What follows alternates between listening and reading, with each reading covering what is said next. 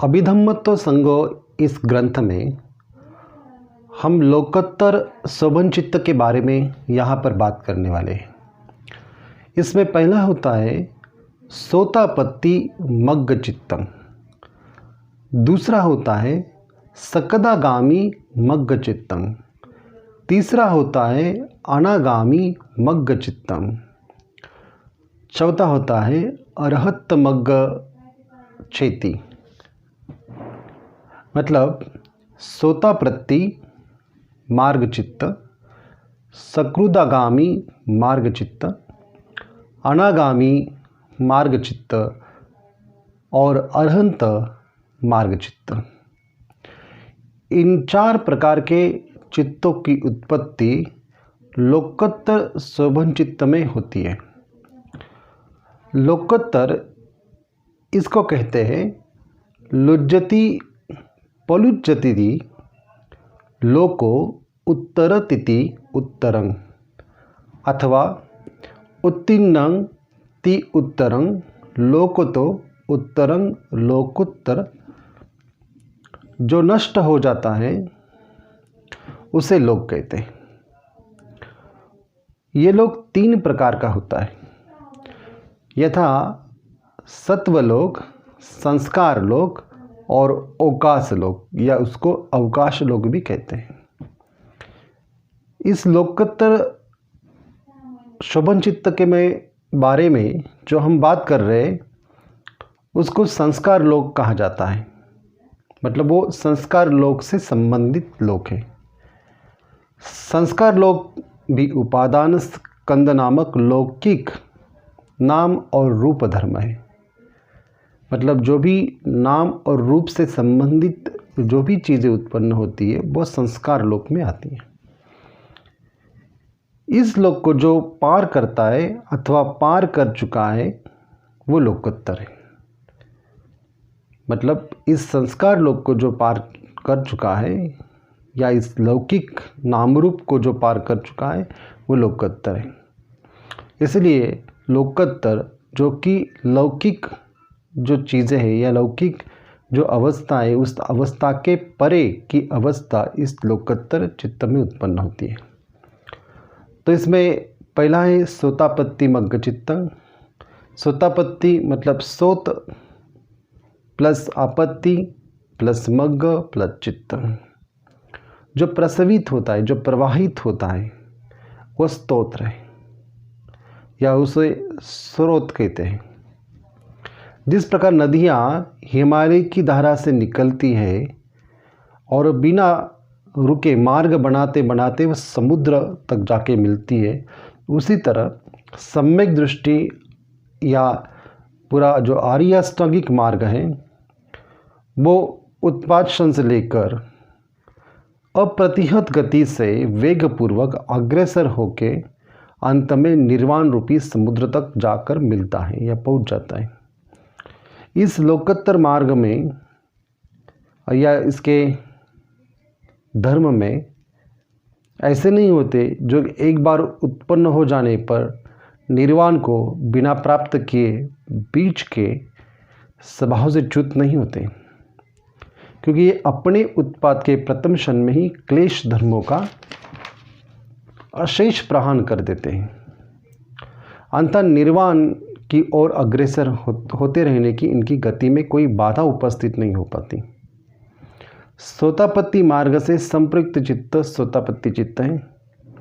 इस तरह सोतापत्ति मार्ग चित्त का अर्थ हुआ सोत्र से आर्य अष्टांगिक मार्ग की प्रथम प्राप्ति से अधिगत मार्ग से संपृक्त चित्त सोतापत्ति मार्ग चित्त है। दूसरा जो है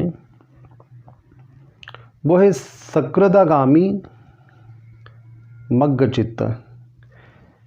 इसमें मतलब इस लोक में अतः काम भूमि में अभ्यासवश बार बार उत्पन्न होते रहने से आदत पड़ जाने के कारण जो एक बार आता है उसे सकदागामी कहते हैं। इस काम भूमि में एक बार आने से तात्पर्य ब्रह्मलोक आदि लोकों से आना नहीं, अपितु काम भूमि से एक बार पुनः काम भूमि में प्रतिसंधि लेने से ही सकदागामी मार्ग चित्त की उत्पत्ति होती है। मतलब जो एक बार फिर से जन्म ले सकता है, जो रूप अरूप इस चित्त की अवस्था को, इसी को ही ब्रह्मलोक कहा है, उस अवस्था से पुनः वापस नहीं आ सकता, इसलिए एक बार उसका आना होता है और उसी तरह का जो चित्त अवस्था उसकी बनती है उसे सकृदागामी मार्ग या उसे संपृक्त चित्त सकृदागामी मार्ग चित्त कहते हैं। परमत्तद्विनी नाम के ग्रंथ में ब्रह्मलोक मतलब रूपावचार और अरूपावचार इस लोक में पुनः एक बार आने के संबंध में विस्तार पूर्वक लिखा हुआ है, उसे भी हमें जानना चाहिए।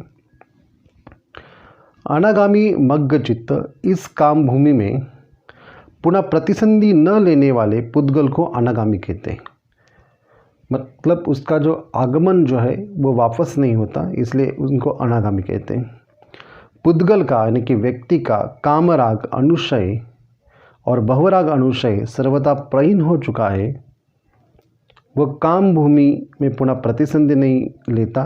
काम भूमि से च्युत होने के अनंतर वह अरहंत नहीं होता, तो वह ब्रह्मलोक या मतलब रूप और अरूप लोक में प्रतिसंधि लेता है।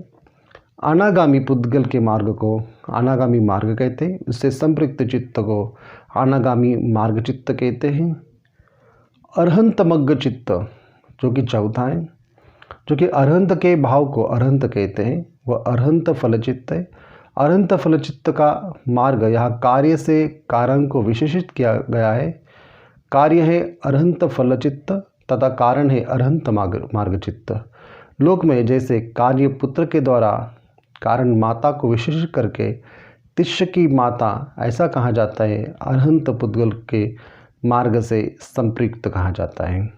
इस तरह के ये जो चार चित्त है, इन चार चित्तों के बारे में ठीक से जानना, मतलब इसमें आरूढ़ होना, समाधि में प्रतिष्ठित होना और ठीक तरह से उसको ठीक तरीके से जानना है काफ़ी ज़रूरी है। क्योंकि ये प्रतिसंधि, पटिपत्ति और पटिवेदन की प्रक्रिया है। केवल आदमी पटिवेदन यानी कि समाधि मार्ग का अभ्यास करे या विपश्यना की या शमत की भावना करे तो उसको सब सही चीज़ें मालूम होंगी, ऐसा नहीं। बहुत बार आदमी चूक जाता है। उसका चूक जाने का कारण वो सही मार्ग पर चल रहा है या नहीं चल रहा है, इस कारण होता है।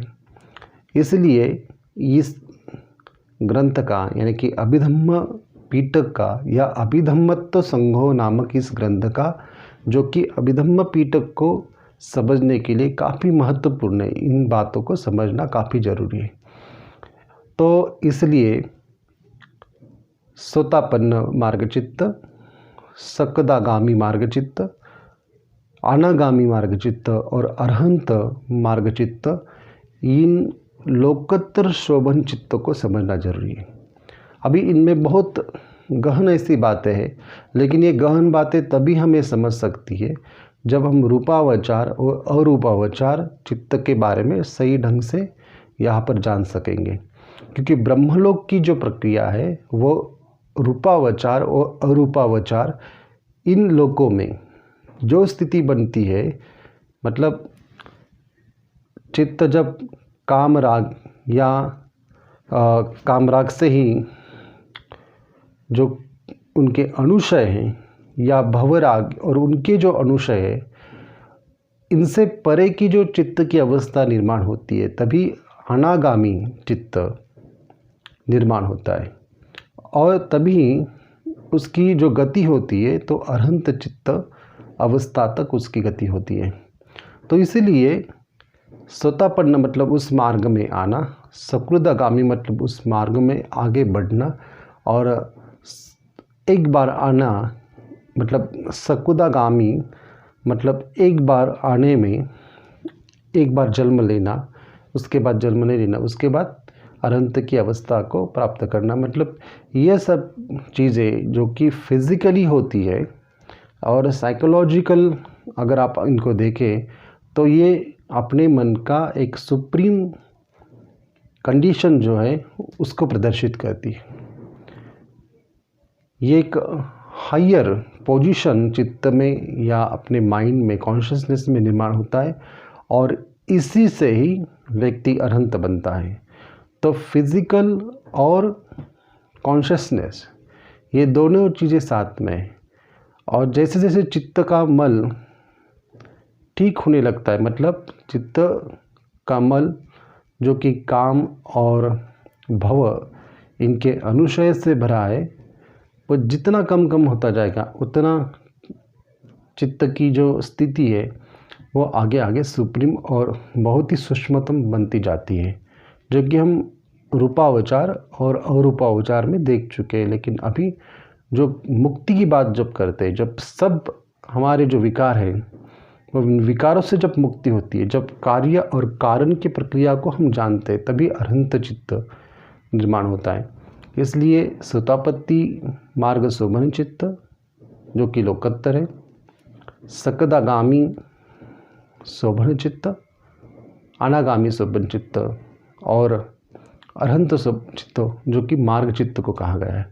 तो इनको ठीक तरीके से हम समझेंगे और हर एक बात को हम ध्यान की प्रक्रिया से जब गुजरेंगे तभी इन बातों को ठीक तरह से हम जान सकते हैं या इनके जो अर्थ है इसका बोध हम प्राप्त कर सकते हैं। अभी सिर्फ हमें इसे जानना है, क्योंकि जो अभिधम्म की प्रक्रिया है इसे पहले जानना और साथ में ध्यान करना, ये महत्वपूर्ण क्रियाएं हमारे रोज के जीवन में होनी जरूरी है।